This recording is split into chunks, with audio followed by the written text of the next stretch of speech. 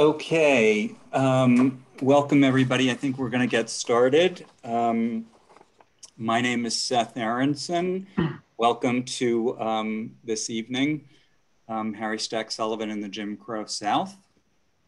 Let me just go over a little bit of housekeeping. Hopefully everybody's screen is on, but I would ask that people mute themselves. It'll make it easier because there are a lot of people that should be here, and otherwise we'll have lots of ambient sound and dogs barking and children crying and all kinds of things. Let me just explain the structure of the evening. So first we're going to hear from our two speakers, who I'll introduce in just a moment, Drs. Ira Moses and Michelle Stevens. Each of them will give a brief presentation, and then the two of them will have an exchange about each other's ideas. And then I'm going to open the floor for questions. How we're going to handle questions, because we have over 250 people registered, I'm going to ask you to write your question in the chat. I will monitor the chat for the questions, and then I will ask the presenters. And if I can find you and spotlight you, I'll try to do that, but that might be harder to do. After the discussion, we'll have just a few minutes at the end in which I'll talk very briefly about our psychoanalytic training program for all those who are interested and want to find out more information about that. So with that in mind, our first speaker is Dr. Ira Moses, who is a training and supervising analyst at the Alanson White Institute. He was also director of training and director of clinical services at the Institute as well. He is a former board member and faculty of the China-American Psychoanalytic Alliance. He's a faculty member of our Russian Intensive Psychoanalytic Psychotherapy program. He's a visiting lecturer and consultant for the Bosnian War Immigration Program, which I think is centered at Yale, if I'm not mistaken, and is on the board of directors, a director at large of the American Psychoanalytic Association, and a clinical instructor in the Department of Psychiatry at Yale University Medical School. Following Dr. Moses' talk, Dr. Michelle Stevens, who is professor of English and Latino and Caribbean Studies at Rutgers University. She is a licensed psychoanalyst and the founding executive director of the Institute's division, okay, that got cut off, of our study group on race, culture, and ethnicity. She is the author of Skin Acts, Race, Psychoanalysts, and the Black Male Performer, and also of 3 co-edited volumes. She's on the editorial board of the Journal of the American Psychoanalytic Association, Studies in Gender and Sexuality, Psychoanalysis of Culture and Society, and Contemporary Psychoanalysis. So we're in for a treat. And without any further ado, I'm going to turn the floor over to Dr. Ira Moses. Thank you. Just minor correction, the Bosnian War Migrant Project was in Queens about 20 years ago. On January 14th, Harry Stack Sullivan, one of the most prominent psychiatrists and psychoanalysts of his time, died at age 57, alone in the Ritz-Carlton Hotel in Paris, while beginning his term as the joint head of the World Organization. Though he had been extremely ill with a severe heart condition for the last 2 years, he could not stop himself from his many humanitarian projects, the last being his efforts to avert a worsening Cold War with Russia. Sullivan, as Perry summarizes, literally bet his life on trying to save the world despite medical advice to stay home. Sullivan's funeral took place 4 weeks later in the auditorium of the Walter Reed Hospital. 3 colleagues spoke: Clara Thompson, Albert Stanton, and Dr. Charles S. Johnson, one of the leading African-American sociologists and the first Black president of Fisk University in Tennessee.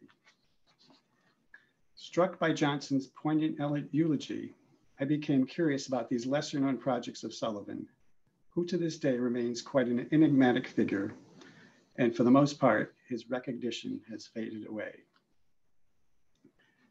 On revisiting his history, it's encouraging to find, furthermore, that there is a progressive tradition within psychoanalysis that is worthy to re-examine today, as psychoanalysis is all too often dismissed as far too insular from the problems of society.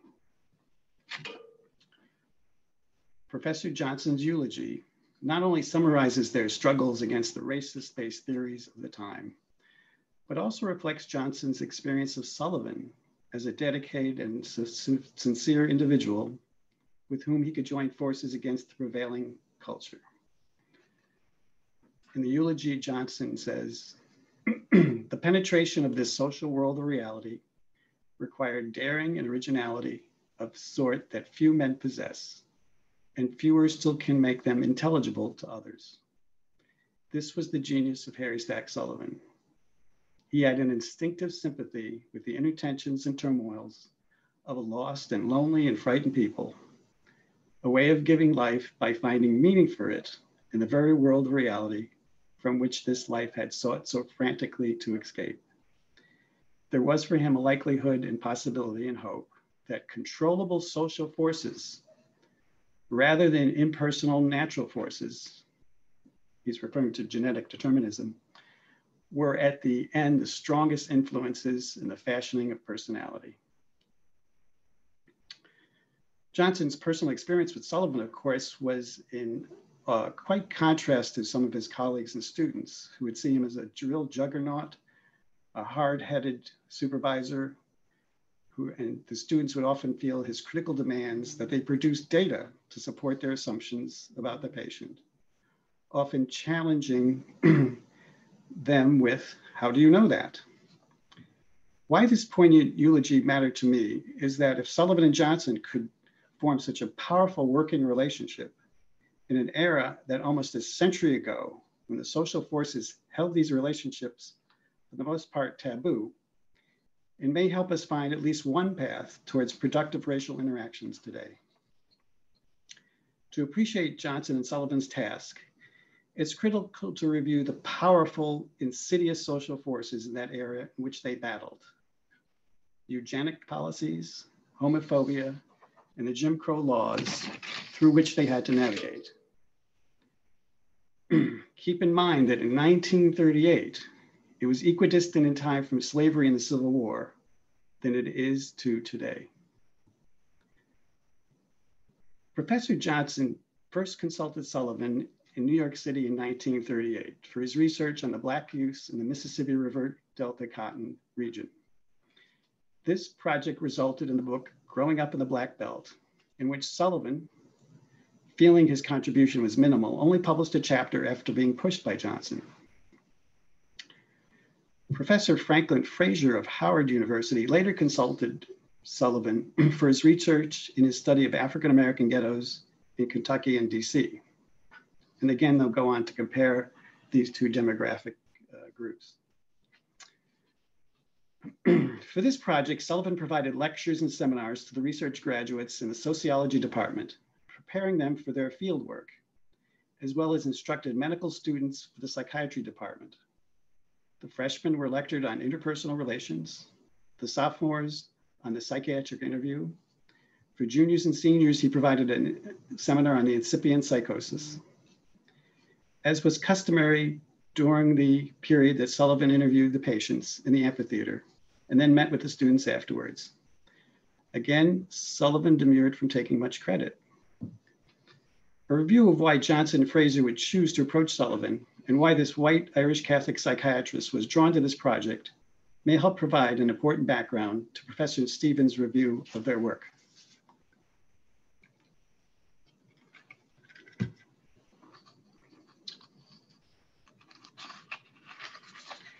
Notice on the screen the top of the Growing Up in the Black Belt book. Can you read it all? It says, this book does not necessarily express the views of Toccoa Falls Institute. We can see, even in the library, that there's important issues dealing with racist theories. And in his book, they talk about the social determinants of behavior.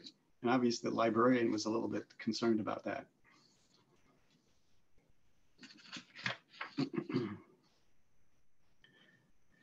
Uncovering Sullivan's history reveals many sides of a very complicated and at times hidden man. Much of my introduction is from the excellent biographies of Chapman, Swick Perry, and recently Marco Conci. Sullivan had a multifaceted personality. Some have even questioned, was he an analyst? As a closeted gay man, which was diagnosable in the DSM-3 till 1973, I don't know if you can read the whole description of homosexuality as being deviant.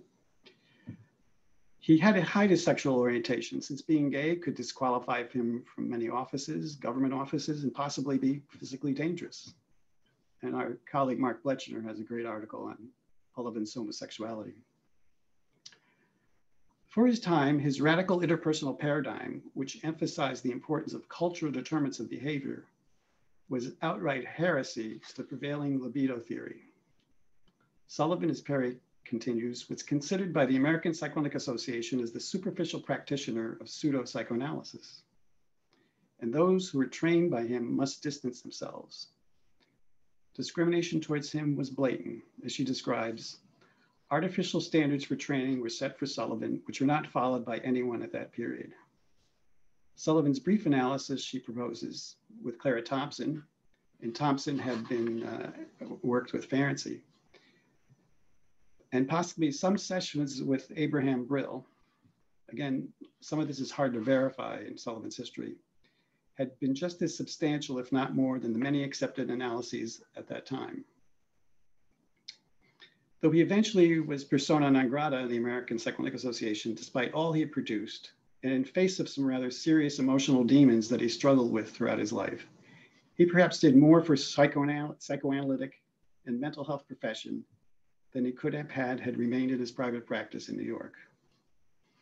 Antonovsky summarizes that Sullivan apparently sought to mark himself off from psychoanalysts, not only in his theoretical position, but also in his professional self-designation. Sullivan thought and spoke of himself over the course of his working life as a psychotherapist, a psychopathologist, a psychiatrist, and sometimes in a social psychologist in that order. One can see why Sullivan strongly identified with marginalized groups, given his own developmental traumas. And I think Phil Bromberg has a nice article on that. Born in 1892 in a fairly impoverished farm area of upstate New York, he was the only surviving child to Ella and Timothy Stack, who lost 2 born infants to epidemics. When Sullivan was 2, his father lost his job and moved the family to live with his maternal grandmother. Sullivan's grandmother became his primary caretaker since his mother was severely depressed. His cousin described him as a very isolated child, the only Catholic in a Protestant school.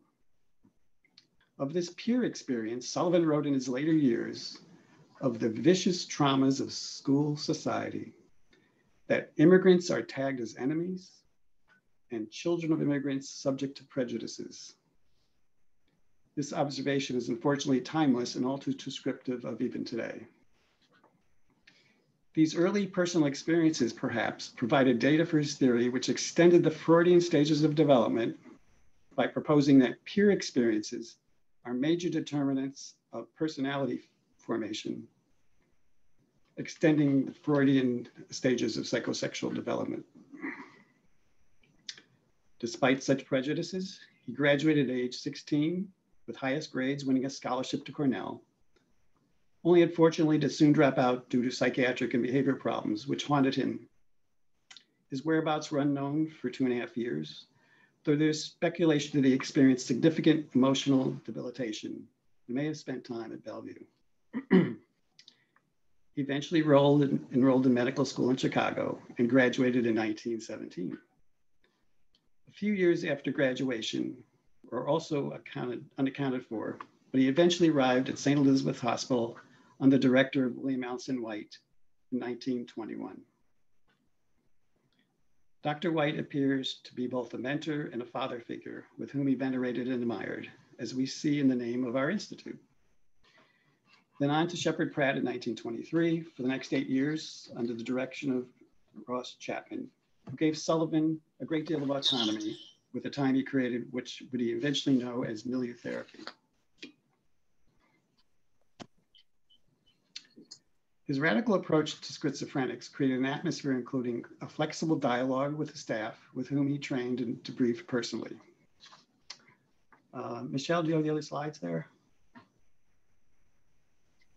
Oops, okay. The trained staff became Sullivan's friends, though time he blurred boundaries, but facilitated marked improvements with patients who'd been regulated to less than human considerations. Again, we must judge Sullivan in the context of conditions in the psychiatric hospital of nearly 100 years ago. During these 8 years, he published 72 book reviews, 2 to 3 papers a year in schizophrenia. He then left Maryland to practice in Manhattan and was the associate editor of the American Journal of Psychiatry until 1939.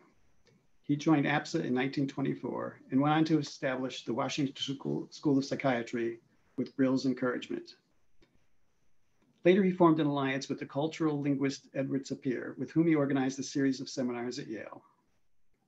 Again, we see Sullivan allying himself with marginalized, and Sapir was one of 4 faculty at Yale who were not allowed admission to the graduate club since he was Jewish.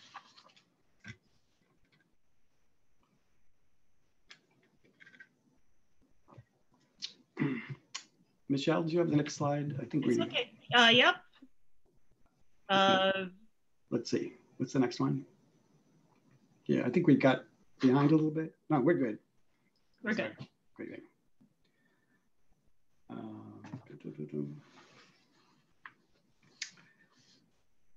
Sullivan's progressive policies can easily be linked to his mentor, William Alanson White.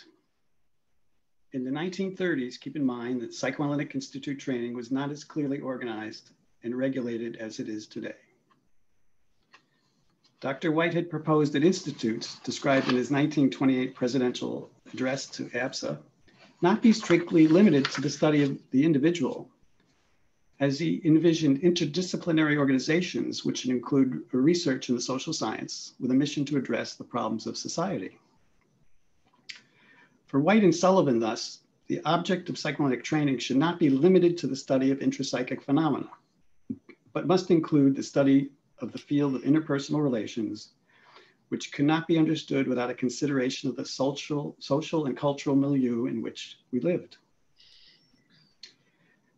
The theory of persons was actualized through their commitment to expand treatment to the marginalized and a commitment to the progressive movement of the time. As Perry notes, no one in America at that time was more advanced than White in his approach to crime. White's radical thesis in 1933, in his volume on crime and criminals, argued that the criminal was not essentially different from the rest of mankind. In the area of eugenics and the implicit caste system in America, White countered with his one genus postulate.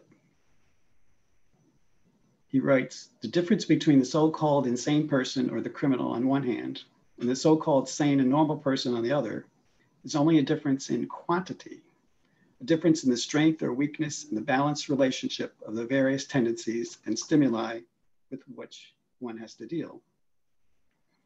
Dr. White, for his time, took an early anti-racist position as a staunch opponent of the death penalty, arguing, for the most part, youths who are defenseless, without money, friends or influence, not infrequently mentally defective, or else they are persons against whom there is at times a prevailing great popular prejudices, are those who are likely to be executed. Again, this is an incredibly radical statement given that period. We hear echoes of the one genus postulate later from Sullivan in his work with schizophrenics.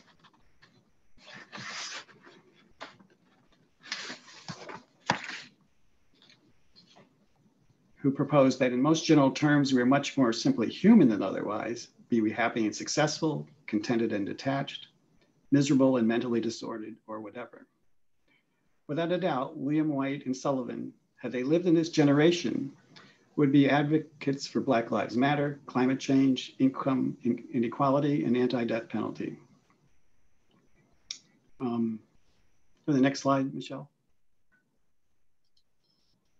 Great. I don't know if you know the famous murder case, Leopold and Loeb, and William White was one of the defense witnesses, and there's a movie they made back in the 50s on it. They offered Freud $25,000 to come over, but he turned it down, and that's quite a bit of money back then. These progressive ideas, however, went against the powerful tides of the eugenics movement, which Johnson and Frazier's work would radically begin to deconstruct. Many intellectual and political leaders, such as Alexander Graham Bell, Winston Churchill, John Maynard Keynes, and Woodrow Wilson, felt that the race should be protected and favored governmental intervention. For example, Henry Osborne, the president of the American Museum of Natural History down the road here in New York, stated that putting the races together will unite their vices as well as their virtues. The state must safeguard the integrity of the race, arguing that education and environment do not fundamentally alter racial values. From a biological principles, there is no promise in the melting pot theory. Put three races together, you're likely to unite the vices of all three. This philosophy, however, left to the insidious state-sponsored discrimination, forced sterilization, and genocide.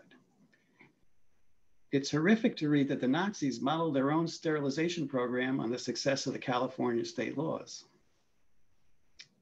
Charles Davenport, who had been born into an abolitionistic family in 1866, was one of the most prominent biologists in America and founder of the International Federation of Eugenics. And was on the board of two influential German racial hygiene journals. Psychiatry and psychoanalysis were not immune from these ideas. As we read in Fanon's critique of the Algerian School of Neuropsychiatry, who claimed that Muslim Algerians were born slackers and criminals, and they were rioting for independence, not for freedom from France, but simply due to poor self-control, because their brains were not developed. At least one American psychoanalyst was an advocate as well. A decade before Sullivan's appearance at St. Elizabeth, Dr. John Lind, in a 1917 paper read at the Washington Psychoanalytic Society, declared that the Negro appears to be in a much lower cultural level than the Caucasian. It's true that with his talent for mimicry, he can represent a superficial representation of the white man.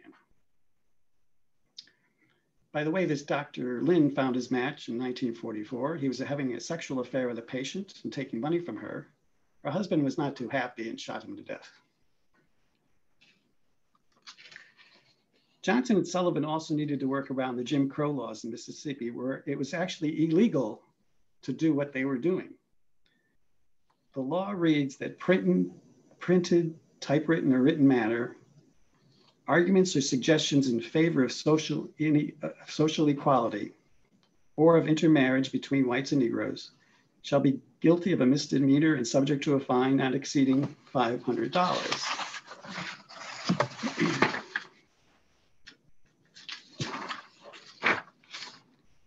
Which is about $9,000 in today's dollars. The year they headed to the Mississippi Delta, we read of reports in the newspapers of federal troops trying to rescue a black man trapped in the forest while a white posse was chasing them.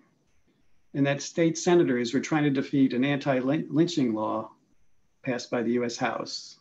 They argued that they preferred education over government regulation. Johnson headed south to provide a more systematic approach to the groundbreaking work of W.E.B. Du Bois, who wrote of the deracinated population of the Blacks in the South, in which nearly half of the race were absolutely illiterate. Du Bois found the field research at the time to be quite deficient by mostly untrained, at times racist observers who relied on anecdotal evidence, often concluding that all Blacks, regardless of their environment, were the same. He writes, a college graduate draws conclusion as to 8 millions of people, and we unfortunately judge the whole from the parts. Here we see Du Bois challenging the fallacy of composition, where one infers something that is automatically true of the whole from the fact that it's true of some. Du Bois challenges that a more honest study of the individual former slave must include his identity. The obstacles, of course, to interviewing were many, including the distrust of outsiders, especially white interviewers. And this was evident in the Federal Writers Project of 1937, in which they were interviewing some of the remaining slaves. In the testimony of Cornelia Andrews at age 87, she replied, when he asked, "Were you ever beaten?" She says, "No, I wasn't." It was fortunate that her daughter was in the room, who was a Cornell graduate, and said, "Take off your shirt, Mammy, and show the judge for yourself." And then she exposed the whip marks. A more successful field studies have been accomplished by E. Franklin Frazier, who was able to argue that it was social forces of the plantation system and not some racially inherited lack of morality. He found differences between slaves on larger plantations who were under the sway of the brutal overseers versus those in Virginia who had direct contacts with owners. I guess people can't hear me that well? Okay. His thesis of the pathology of race prejudice appears to be one of the first critiques utilizing psychodynamic concepts of white racism, where he advanced the proposition that white prejudice was abnormal behavior similar to insanity due to dissociation, delusional thinking, rationalization, projection, and paranoia. He argued that prejudice is acquired and not inherited. Temporary dissociation, unlike permanent dissociation with the insane was temporarily caused by dissociated states. And a quite poignant summary is that white men and women who are otherwise kind and law-abiding will indulge in the most revolting forms of cruelty towards Black people. Again, this was written 100 years ago, and it's still true today, unfortunately.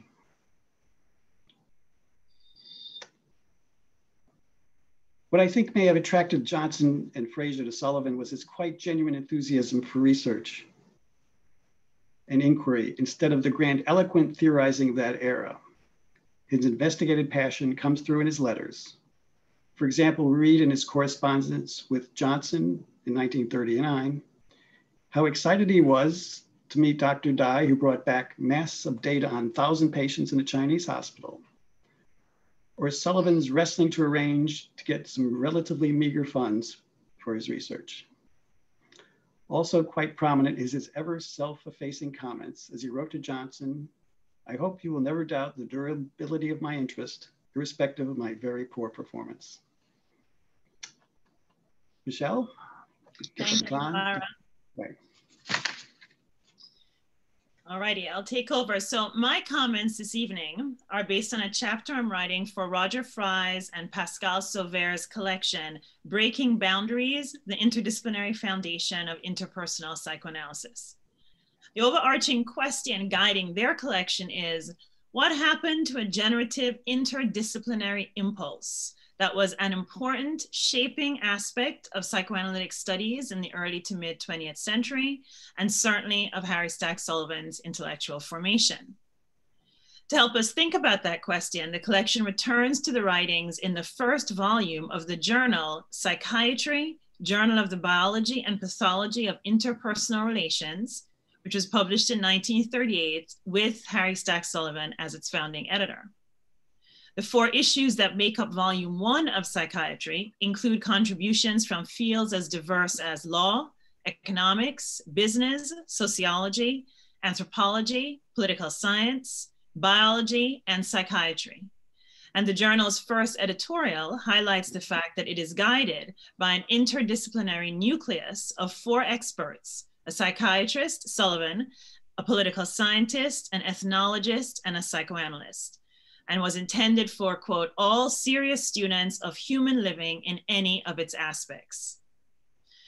So as authors invited to write for Roger and Pascal's work, we were invited to choose a particular article from the first year of the journal. So I chose Harry Stack Sullivan's editorial on anti-Semitism. Now, I'd always been intrigued by a very small historical fact that I'd heard about Sullivan, which is that the prominent Black writer, Ralph Ellison, had briefly served as his receptionist in 1936, when Ellison first migrated north from the South. So from this small coincidence, I followed a lead from Roger Fry, who mentioned, as Dr. Moses has been describing, Sullivan's collaboration with both Charles Johnson and E. Franklin Frazier, two of the most prominent mid-century Black sociologists.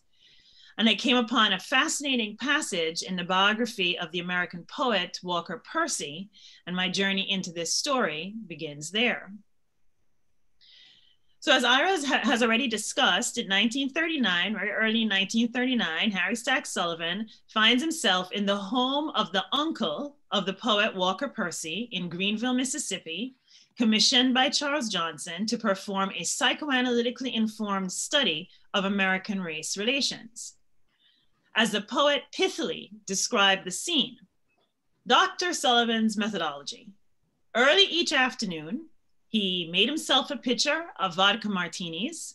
No one had ever heard of such a drink in Mississippi in the 1930s, and set up shop in the pantry, listened and talked to any and all comers. I never did find out what this brilliant and sardonic upstate New Yorker made of race relations in Uncle Will's pantry. For all of its seemingly casual charm, I felt that given Sullivan's expertise and intentionality regarding the very notion of the interview, everything about this unusual consulting room for these interviews was both psychologically and methodologically meaningful. The white folks in the front, friends and neighbors of the Percys who were interviewed, arrived through the dining room. Black subjects, the cook and her friends and friends of the cook's friends in the back, arrived through the kitchen. Sullivan, the only other person working in the home alongside the cook, placed himself in the pantry, a space connected with, but also subordinate to, both the kitchen and the dining room, a space of both residence and work, domesticity and professionalism. There he drank his vodka martinis and under the cover of sociability, attempted to learn what he could about the impact of race on human living. Both the social and mental health sciences in the 1930s were undergoing a profound paradigm shift in how researchers understood the foundations of human nature. Harry Stack Sullivan was very much part of this shift. As Robert J. Ursano describes, Sullivan saw humans as primarily social beings and was interested in how the individual's social and cultural environment affected inner life. Sullivan's time in Greenville was explicitly to study, quote, the effects of race on personality development. Personality, the key word in these discussions, was conceived of as, quote, the subjective outcome of social experience and a force in society in turn, and was a relevant phenomenon that situated the individual in culture. This seemingly straightforward definition had significant repercussions for thinking about race in the late 1930s and early 1940s. For as the historian Anne C. Rose discusses at some length, personality as an idea, embraced as the perfect synthesizing tool, worked a bit too well when it brought the depth of racial problems into focus. The quirkiness of Percy's quaint tale of Sullivan's studies of interracial relations in the South does not reflect the more serious impact of this visit on Sullivan. Percy, brushing off the visit as not allowing for enough time, 3 weeks in total, for Sullivan to produce any comprehensive analysis, was unable to see that the informal, odd setting was precisely what would have given Sullivan a strong impression of this field in which he was a participant observer. As Sullivan himself described, he was there as the analyst, not simply the professional or even the researcher. And as such, setting a frame around his sitting area in the pantry, he would have known that its unconscious borders were porous, that he was integrated in rather than detached from the field of his interactions. Despite Walker Percy's memory, Sullivan was not a house guest of the Percys. His own domicile during his stay was at a room at a hotel, the Hotel Greenville. For all of Sullivan's studied casualness with his vodka martinis in the pantry, his sessions in that pantry were a space for work and consultation. Instead, it was from his own private space at the Hotel Greenville that Sullivan wrote Johnson of the profound despair he experienced as a result of these sessions and encounters. Sullivan hit a wall when he faced the Negro problem head-on in the Deep South. Struck by the levels of violence and the conditions of both psychic and physical fear African Americans lived within, he tried to contextualize his lack of success in making real contact with Black Southerners. I did not succeed in establishing contact with any of those who were described by my informants as just average Negroes. I learned in the first few days that I could not bridge the cultural gap with most of the plantation workers. The Negro seems to have a notably great capacity for sensing by intuition interpersonal reality. Think a bit back to the story, the anecdote that Ira shared towards the end of the lady whose first response to the interviewer is that she was not beaten. That right there in that moment with the white interviewer, there's an interpersonal reality that she's responding to that her daughter was then able to shift in a different direction. As a participant observer engaged in fieldwork in this very specific, racialized historical field, Sullivan walked away from Greenville intellectually shaken by what he experienced there. His letters from Mississippi to Charles Johnson reveal his despair at the, his word, Holocaust in the Deep South, and then quoting again, the abysmal lack of opportunity for Black youth and their inability to trust. He even stated, I am a damned fool to expect to understand anything much about human personality. While in this same period, he also collaborated with E. Franklin Frazier in studying Black male youth from different regions of the country, DC and Kentucky, Sullivan went no further in bringing his brush with the American dilemma of race more centrally into his theory of an interdisciplinary, psychoanalytic, psychosocial mode of psychiatric inquiry. However, this moment did produce two pieces of writing. Sullivan's Memorandum on a Psychiatric Reconnaissance was first printed as an appendix in Johnson's Growing Up in the Black Belt, published in 1941. The version imaged here was reprinted as a chapter in a 1963 book on mental health and segregation. A second piece, Sullivan's case study of a young Black man, entitled Discussion, it's the one on the bottom, Discussion of the Case of Warren Wall, accompanied Frazier's chapter on Warren Wall in his work, Negro Youth at the Crossways, published in 1940. When these two pieces are paired with Sullivan's piece on anti-Semitism, published in the first year of the journal Psychiatry, 1938, altogether they offer some stimulating insights into how Sullivan's interpersonal approach shaped his reflections on, as he would term it, America's interracial problem. Now, what Sullivan could not know, but we analysts of the 21st century have access to both in the canon of African-American literature and in the sophisticated theorizing of Black analysts, is that the expressions of Black fear, despair, and rage that Sullivan encountered did not just end in psychosocial studies such as the ones produced by Johnson and Frazier. Black writing, literature, and other creative acts of imagination have provided a powerful, consistent, vitalizing way of managing that rage and maintaining a sense of psychic aliveness that still manages to persist despite the realities and constraints of Black social death. That aliveness was a resource that crystallized into the civil rights movement. That aliveness is very much with us again in the era of the Black Lives Matter movement, and that aliveness was there in 1938 among Black writers. Sullivan's observations about both the Black mind and the interracial field, many of which flew in the face of much of his psychiatric contemporaries' ways of thinking, would all appear in fleshed out form in the writing of Black authors, both before, during, and after the years between 1938 and 1940.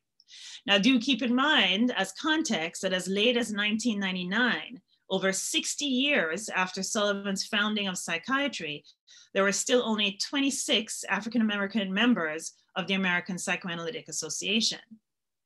To gain a sense of the complexity of the Black internal and external experience then, one would have to turn to Black literary writing and culture by some of the most powerful African-American writers, such as Ralph Ellison, Richard Wright, and the more recent Toni Morrison. So for example, the Southern young Black man that Sullivan encountered and describes in his written reflection on his trip to Mississippi in Memorandum and a Psychiatric Reconnaissance, shared a story and an experience not unlike the main character in the title character in the 1953 National Book Award winning novel Invisible Man, written by Ralph Ellison, the young man who, when he first arrived from the South, served briefly as a receptionist in Sullivan's clinic or in Sullivan's workspace. Serendipitously, when Ellison worked for Sullivan and built a brief relationship with Sullivan, he asked Sullivan to write him letters of recommendation, and letters of recommendation exist that Sullivan wrote for him.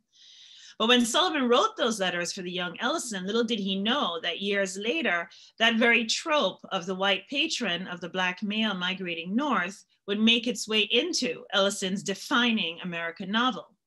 In Invisible Man, the supposed positive letter of reference from a white patron turns out to be a hoodwink, one that keeps the Black protagonist running fruitlessly in place till he collapses in a despairing retreat from the social world.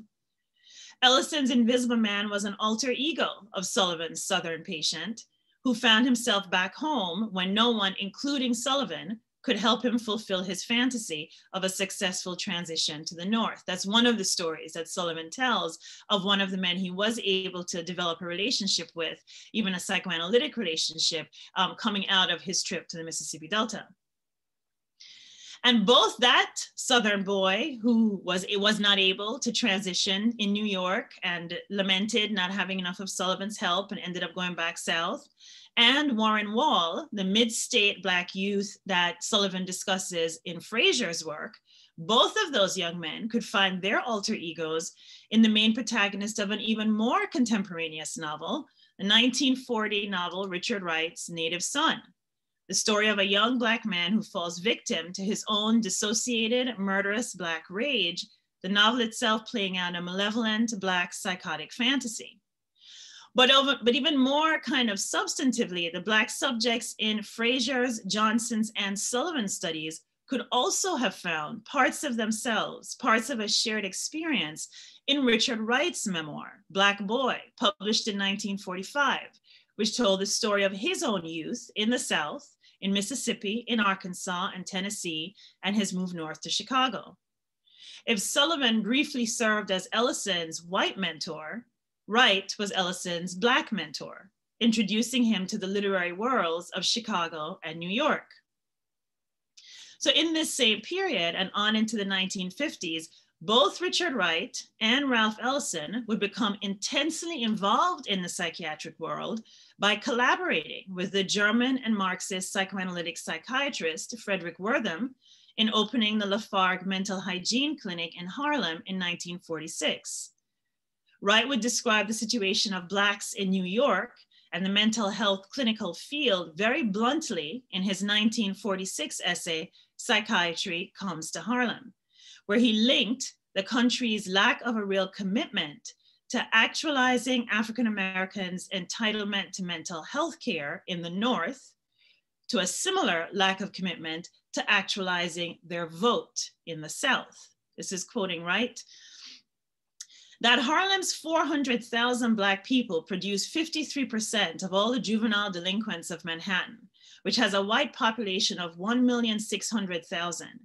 That while in theory, Negroes have access to psychiatric aid, just as the Negroes of Mississippi in theory have access to the vote, such aid really does not exist, owing to the subtle but effective racial discrimination that obtains against Negroes in almost all New York City hospitals and clinics, that it is all but impossible for Negro interns to gain admission to hospitals to receive their psychiatric training. These were some of the dynamics linking the political, the psychiatric, and the psychic in the shared interracial field of the Negro problem in the mid-20th century United States. But the field also revealed its global and post-colonial extension when in 1953, a young Caribbean psychiatrist, Frantz Fanon, wrote Richard Wright about his novel, Native Son, and his memoir, Black Boy, on the heels of Fanon publishing his own psychoanalytic work, Black Skin, White Masks. While in residency in psychiatry at St. Albans-sur-le-Magnol in France, Fanon trained under another Marxist psychiatrist, Francois de Tosquel, who in the European context pioneered the idea of sociotherapy or socioanalysis with an emphasis on the role of culture in psychopathology. Fanon would bring this sensibility as both a clinical and institutional methodology to his own tenure as chef de service in the Blida Joinville Psychiatric Hospital in Algeria. In this series of encounters, Black writers and psychoanalytic thinkers of the mid-20th century were drawn to psychoanalysis and psychiatry because of their own experiences in interpersonal social fields created by colonialism and racial slavery that stretched across the Black Atlantic world between Europe, Africa, and the Americas. It was these men and their female peers who carried on in their prose and creative writings the work of understanding race and race relations as an interpersonal mental field embedded in the sociocultural and personalized through the psychic. So in the interest of time, and so we can leave more room for discussion, I'm not going to take the time tonight to offer a full description of the insights I gained from Sullivan's writings on his experience. For that, you're going to have to get Roger Fry's and Pascal Sauver's book. But there is one idea that I thought I could talk briefly about in closing my comments so that we might pick up on it more in our discussion. So in Sullivan's editorial on anti-Semitism in psychiatry, his notion of what it means to personalize history stood out for me as helpful for thinking about contemporary race relations. Recounting the centuries-old history of anti-Jewish sentiment in Christianity, Sullivan emphasized the psychodynamic context in which symbolic language, discourse, ideology, social discourses interact with individual subjects' specific histories. Even social forces occur in dyadic contexts, he asserts, when he states in his very opening line of the editorial, hatred is an attitude of a person involved in interpersonal relations. His second line extends this point one step further. Unpersonalized objects and abstractions are not hated. Collectivities of people are hated only insofar as they are embodied in concrete personalizations or personifications. So how I read this is, a subject positions a collective in their mind as a hated object through acts of personalization, that is, through specific memories, events, attachments, salient for and in their own personal history. Even as they originate from the social, these personalizations are deeply unconscious and specific, Sullivan says, uncommunicable, quite beyond consensual validation. As Sullivan theorized further, in the study of personality, the more troublesome of one's me-you patterns unfolds itself as a dynamism that was evolved in an inevitable fashion in the individual's concrete life experience. The origin of each personalization is seen to have been historically necessary in the life of the individual. Racism, racialism in the individual has a developmental history, quoting Sullivan again, from its origin in concrete experience and a real interpersonal situation, each personalization has itself had a developmental history. Such a history is analyzable if the analyst cares to attend to these particular personalizations. So I'm going to stop there. But before I take down our PowerPoint slide and turn to a conversation between Ira and myself for a bit, and then we'll turn to all of you, Ira and I would like to remind you visually of the cultural field in which Sullivan, Frazier, and Johnson were operating.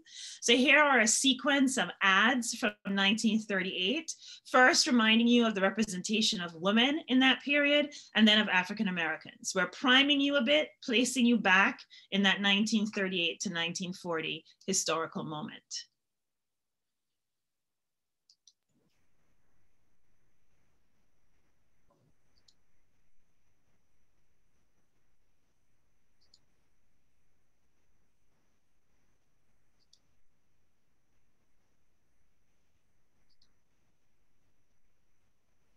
Okay, so I'm going to stop sharing and have Ira and I talk for a little bit.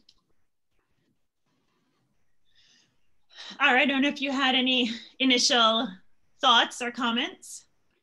Well, Michelle and I had considerable conversations before, and there were many ads that we deliberately did not include.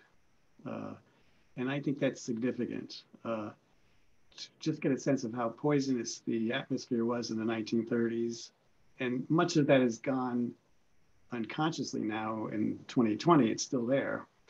But I think it's very important to point out that it was fairly stark, many of those ads that we deleted, was it not? That's right. Yeah. That's right. Some of the ads with Black people you mentioned had distorted body parts that we decided to exclude, and some of the sexist stuff with women, exactly. Do you have that slide 11 that you could show real quick? Remind me which one of the which one is the content? The one describing the unique properties of interpersonal psychoanalysis. Yeah. The two descriptors.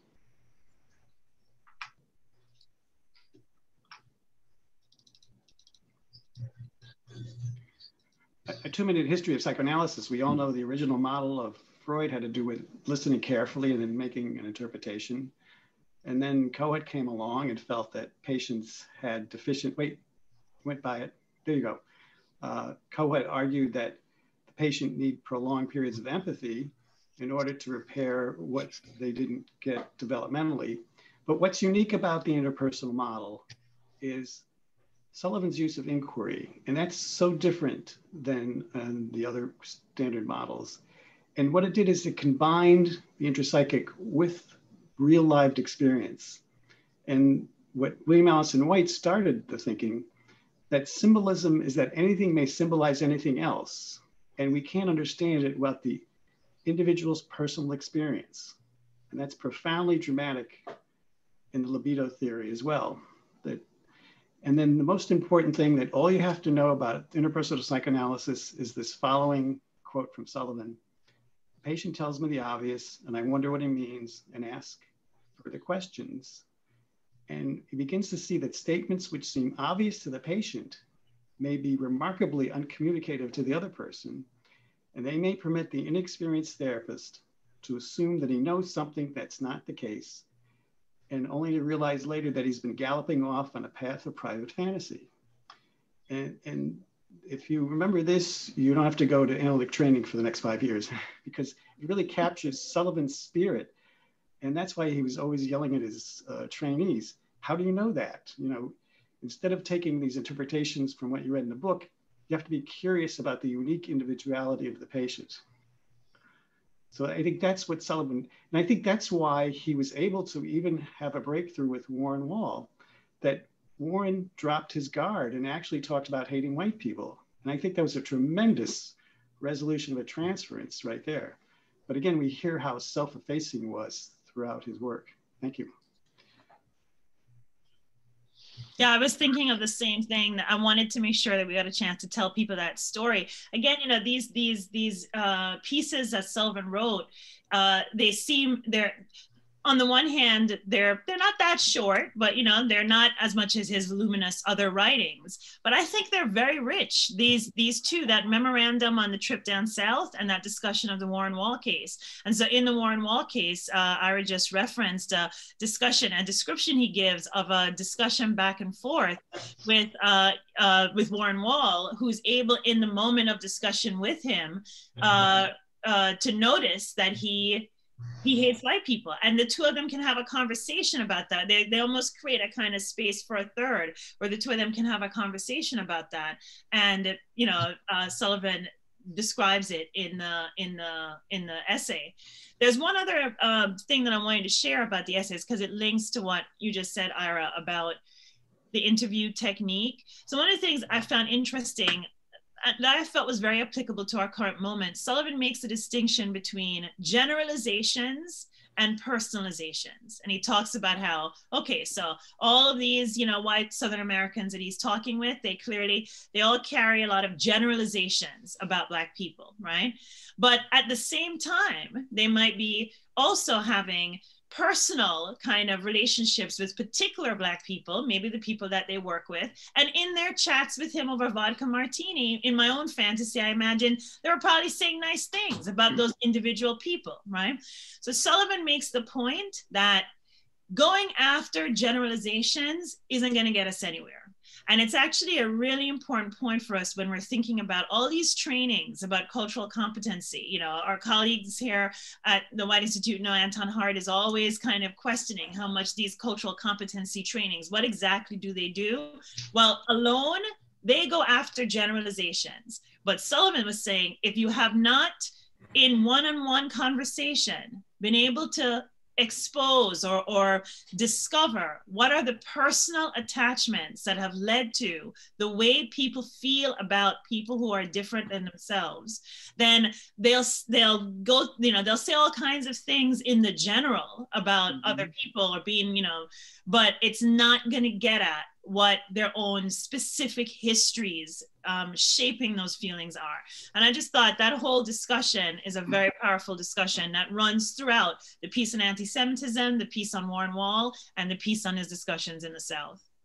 Yeah, and even Du Bois in 1895 said, you have to resist making these generalizations from just a few groups. And that's where we get in trouble even today. We're making these massive generalizations without getting into the unique individual differences. So if I can jump in, we have a question from one of the participants. First of all, thank you both for a terrific presentation. And I just want to apologize. Apparently, when we do screen sharing, it kind of interferes a little bit with the spotlighting. So it took me a little while to figure that out. So I apologize to everybody. So this question compliments you on the presentations. How much does the rise of racism have to do with economic insecurity? Because the 30s followed the Depression. So economic insecurity can become personalized as well and subjectified in hatred towards differences in others. Any economists in the house? Well, I actually like the second part of where that question went. The move that you made towards the end of that question feels relevant to me, that the economic insecurity could have created for each individual particular circumstances that heightened or exacerbated the ways in which they held particularly racist attitudes, right? Particularly, I mean, that was true even after Reconstruction, right? Like the development of the South in relationship, in relationship to questions of race is also related to their economic status, right? But I think beyond, before I would say anything more, I think it would just be a kind of signal to us that that would be relevant in the way a particular individual might have taken in racist ideas and held on to them, right? So the way that question ends, I think, is actually where Sullivan would start. And Sullivan would also set him apart. He says it was more issues of security than sex and aggression that drove man. And in situations of economic security, there's an interesting book called White Trash.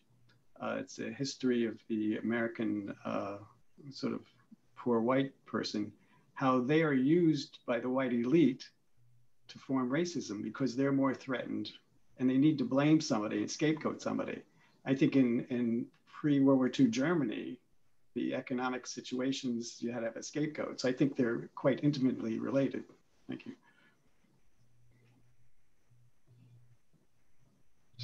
Other questions or comments in the chat?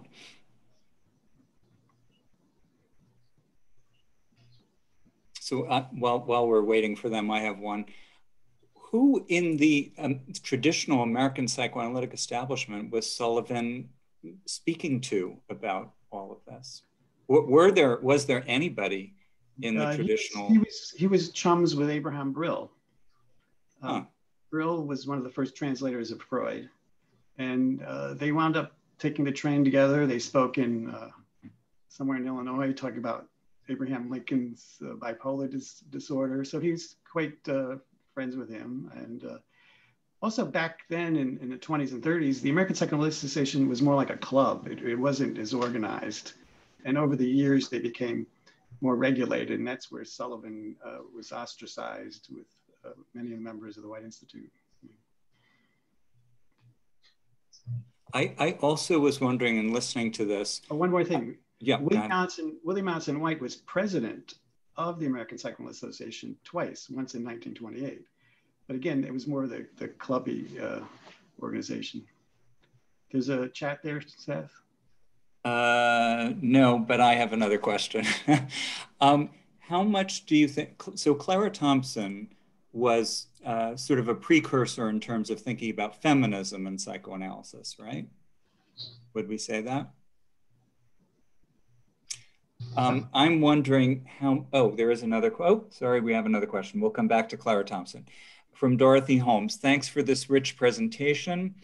It leads me to consider that the skepticism to dismissal attitude towards Sullivan on account of his openness to in-depth analytic work with schizophrenics in part obscures a deeper rejection for his view that racism could and should be central to what analysts should focus on.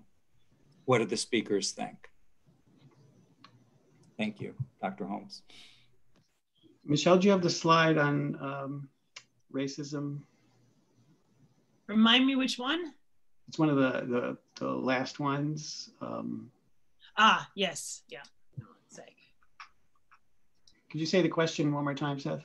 Sure. So Dr. Holmes is asking, was the skepticism towards, whoops, I lost it in the chat.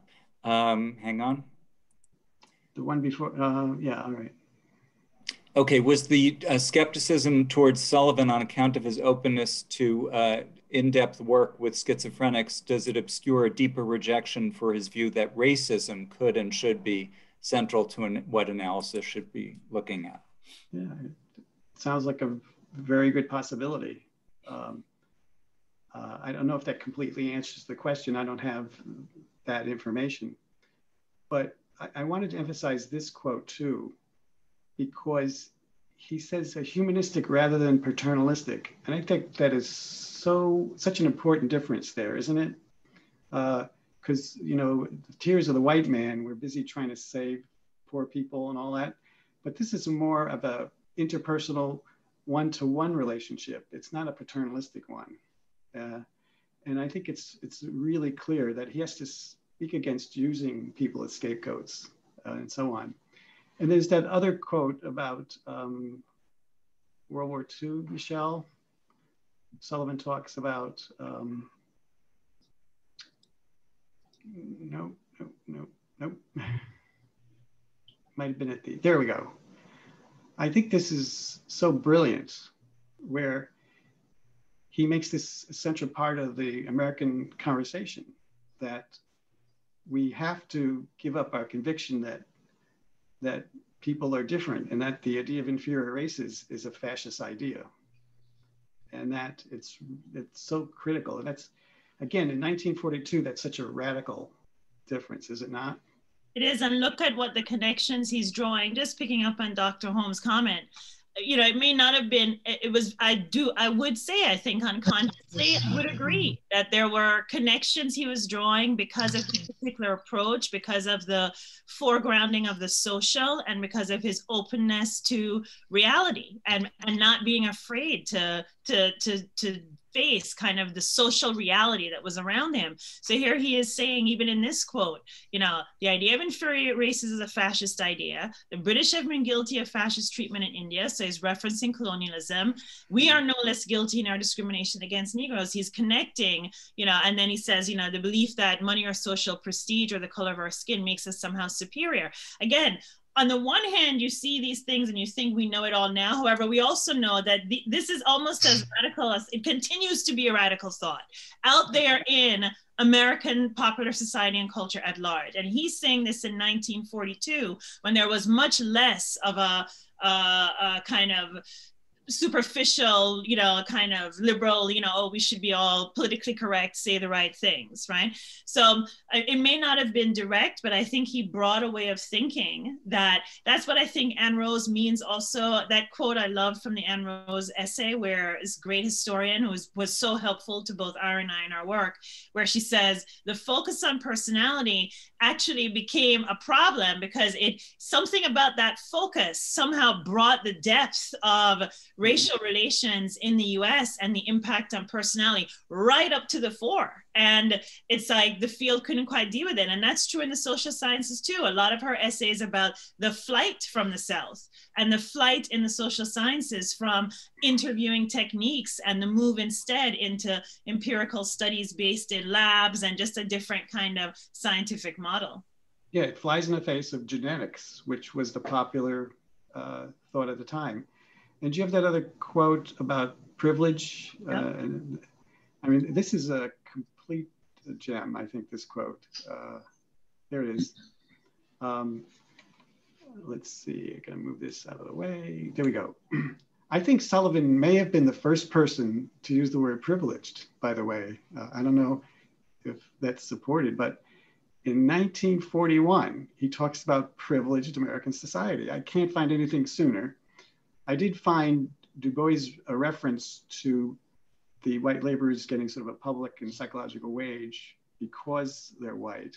But this word privilege, I think maybe Sullivan should get some credit for that. It's frighteningly so predictable and so modern. It's almost like he is 100 years ahead of his time. Mm-hmm. Mm. There's a chat there. Yeah, so, whoops, okay, hang on. But that is an interesting thought, whether his being discredited for the work with psychotic and schizophrenic patients was almost a cover or a way of obscuring some of his ideas about dealing with race. And I think that's definitely worth thinking about. Okay, this is a little bit of a sidebar. So it's a question in the chat, but I'd rather we not spend too much time on it because it's not really what the evening's about. Is it true that Sullivan advocated banning gays from the military? And if so, why? I don't know the answer to that. Yeah. I don't know either. He might have been a self-hating homosexual. Yeah.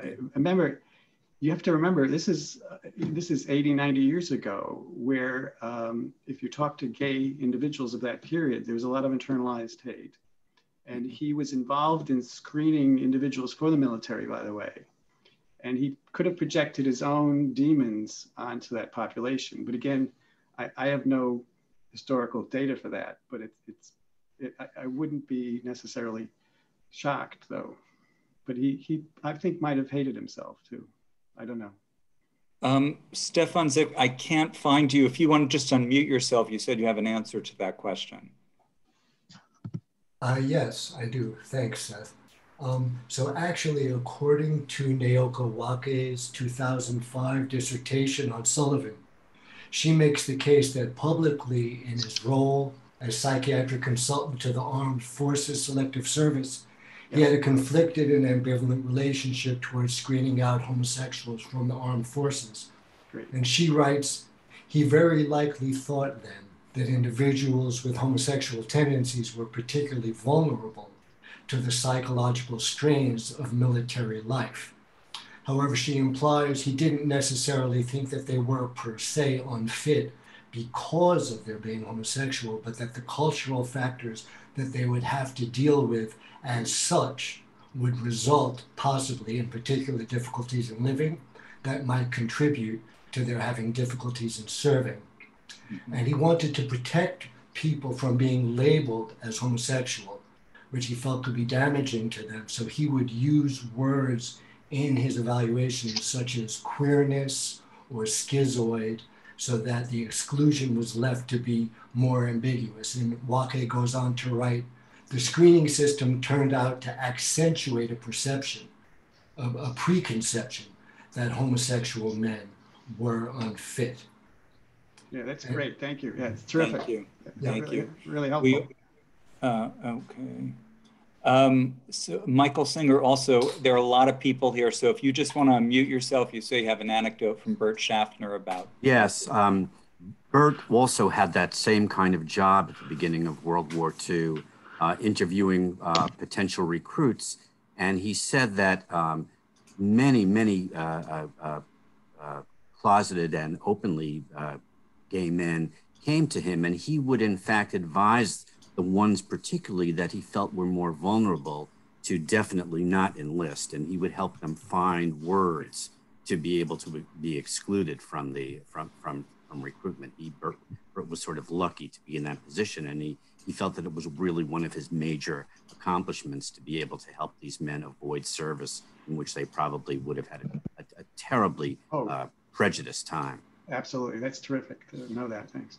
You know, what I'm so struck by about these two, I think one of the attitudes one has to bring to bear on reading some of this material is to kind of keep an open mind about the balancing act they were trying to do. Someone like Sullivan was trying to do in being real about the cultural context. So the last two comments are about the cultural context of the military, but you find similar things even in Frazier and Johnson's writings about where these Black youth are headed or could go, right? Because they're trying to balance the cultural context on the one hand, psychological health on the other, right? And so this issue of what does it mean to be unfit? I think some of the quotes that Ira shared from Franklin Frazier, where he's trying to specify, it's not, the plantation, the context of plantation and slavery contributed a social context that impacts their psychological state. It's not about their being genetically unfit.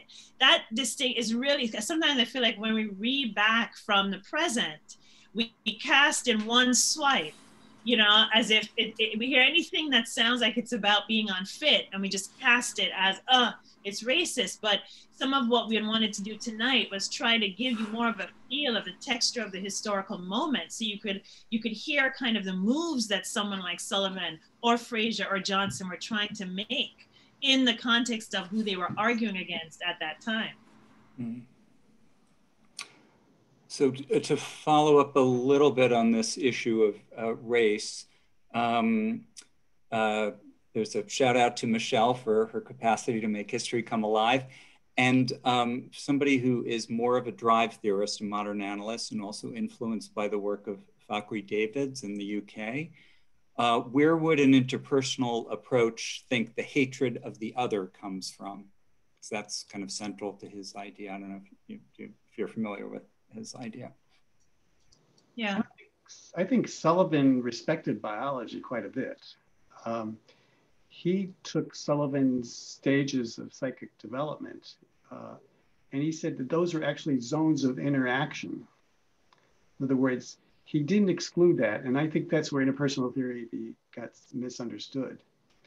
And in a way, it's how the child internalizes the experience of the mother trying to regulate the child's drives, or call them affects, so on. So I don't think they're not necessarily so separate.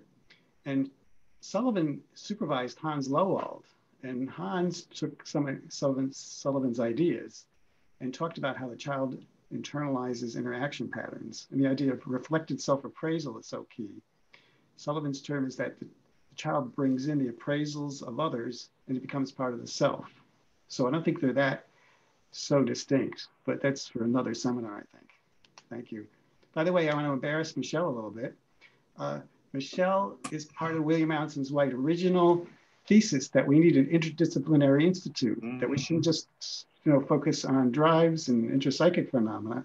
And she comes to us from your background in the humanities. and, right. Yeah. and took her training after that. And you can see how her rich perspectives today really enlivened our discussion today. So thank you, Michelle. Thank you. Thank you, Ira. Thank you to the person who gave me the shout out. Yeah, I wanted to actually say one quick thing about the hatred. I wanted to flag for you again. I do know Fakri David's work, but also that I'm trying to quickly link two things. So again, that first line in that anti-Semitism editorial is about hatred. And it's 2 to 3 simple lines, but kind of Sullivan says very kind of definitively that, you know, we're not going to find the hatred for an abstract. It's not going to come from an abstraction. It's not a kind of abstract idea about Black people or whatever, that there's something gets, I think what you used this other word of internalized, Ira, like it's that same subtlety that I feel like Sullivan was describing in the anti-Semitism editorial. He was saying there is basically hatred develops in a dyadic context. That's essentially what he's saying, right? So whatever that dyadic context was that made hatred of an abstract group salient for the individual from very, very early on. That's also the quote where he says, you know, it has a developmental history in the individual, right? These are the kinds of things that he was saying then that I think link to some of what you were just saying about the interaction and reflected appraisals. So as a moderator, I'm going to actually use what Ira was just talking about as a segue just for a few minutes at the end. There are other questions in the chat if people want to take a look at them. So it is true that Michelle Stevens was one of our first candidates, now graduates, of part of our psychoanalytic training program, which we call the License Qualifying Psychoanalytic Program. And that allows us through the state to accept candidates with a master's, at least a master's, who are coming from another discipline, who we feel will make, as you can tell from tonight, a terrific contribution to the psychoanalytic field. And so the LQPs are part of our psychoanalytic class. Our program is generally 4 to 5 years. Our classes are Tuesday evenings. In addition to the curriculum, candidates are in a personal analysis and they see cases under supervision. We're also known for a pretty nice cohort. The class goes through the program together. And that's a way of sort of fostering a sense of community, which we're trying to do as best as we can, even in these Zoom and pandemic times. So anyway, I just wanted to give a little overview and leave a little time if anybody had any questions. You could either unmute yourself about the program or type it in the chat and I'm happy to answer them. But that was a great segue, Ira, to mention that. Can we save the chats, copy them and save them? I can save them, yes. Okay, great. Yeah. I will save them. So I think we had to cut people off too. Some of our answers were too short. Yeah, I'll save them in a folder. Yeah. Oops, no. Sorry, okay. Any other thoughts or questions? Lots of thank yous for an enriching presentation, informative. And how important the history is that the two of you have helped to really bring to light, which I didn't know anything about Sullivan and the Jim Crow South. So. Somebody asked for the citation for the Sullivan on hatred quote. It's in the 1938 journal Psychiatry, and it's in it's an editorial. It's in the volume, the 1930s, so the first year of the journal Psychiatry, an editorial on anti-Semitism. If you write me, I'll put my email in the chat, and I can get that to you. Yeah, there's also a request for a copy of the slide presentation, but I have no idea how to do that. We did record it, and it will be up on the it will be eventually up on our website if that helps the person who asked about that. We could try to distribute it. We have everybody's name, so we can try to distribute that. Right. Also, a lot of this is in his psychiatry and social science volume. Some of these, the article on anti-Semitism, the Warren Wall interview, and so on. All right, and I'm just going to leave my email in the chat if anybody has any questions about training that they want to talk offline. Or any other last minute questions or thoughts before we end? Well, I would like to thank Ira Moses for approaching, kind of on a whim, almost saying, hey, would you be willing to chat with me about this? I'm doing this work. It was so exciting, certainly to me, to find out that you were doing this work. And I was really happy to be able to have this conversation here with you. So I'm glad to get the chance to thank you publicly for pulling me in to have this conversation with you and to think about this with you. Well, it was a great learning experience for me too. So. Anyway, I just want to also thank you both for this. And I think Tony Hellman pointed out in the chat, it's a really important part of our history that you have brought to light, the Institute's history and some of the figures, William Alanson White included. So thank you both for that. And thank you all for coming. Everybody should just stay well, and let's all get vaccinated as quickly as we can. And wash your hands. Thank you again, everybody. Good night. And thank you, Seth. Lots of applause. Great. Bye-bye. Thank you very much.